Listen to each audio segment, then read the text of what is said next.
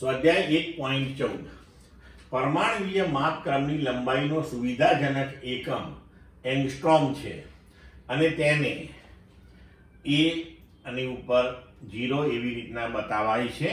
તો 1 એંગસ્ટ્રોમ બરાબર 10⁻⁻10 મીટર આ એંગસ્ટ્રોમની સંજ્ઞા છે દ્વારા દર્શાવાય છે. હાઇડ્રોજન પરમાણુનો વિસ્તાર 0.5 એંગસ્ટ્રોમ છે તો એ આપણે ત્રિજ્યા તરીકે લઈશું. તો 1 મોલ હાઇડ્રોજન પરમાણુઓનું આણ્વિક કદ મીટર ક્યુબમાં કેટલું થશે?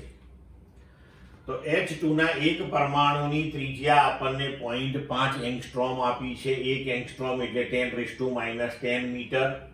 તો 0.5 ગુણ્યા 10⁻⁻10 મીટર આપણે ત્રિજ્યા થઈ.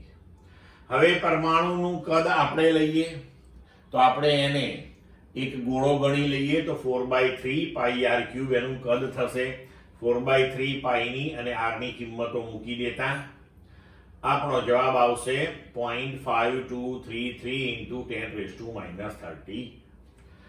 હવે એને આપણે આ રીતે લખી શકીએ કે 5.233 × 10⁻⁻31 મીટર ક્યુબ.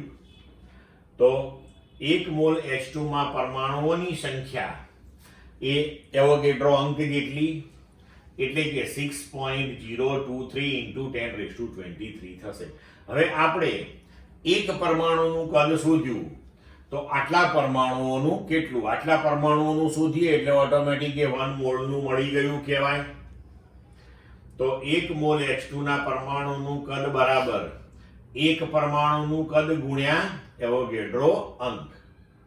તો હવે આ બધા મૂલ્યો આપણે અહીંયા ગોઠવીને એને ઉકેલીશું તો આપણો જવાબ આવશે 3.152 × 10⁻⁻7 મીટર ક્યુબ. તો આને તમે લગભગ 3 × 10⁻⁷ મીટર ક્યુબ લખી શકો. ક્લિયર?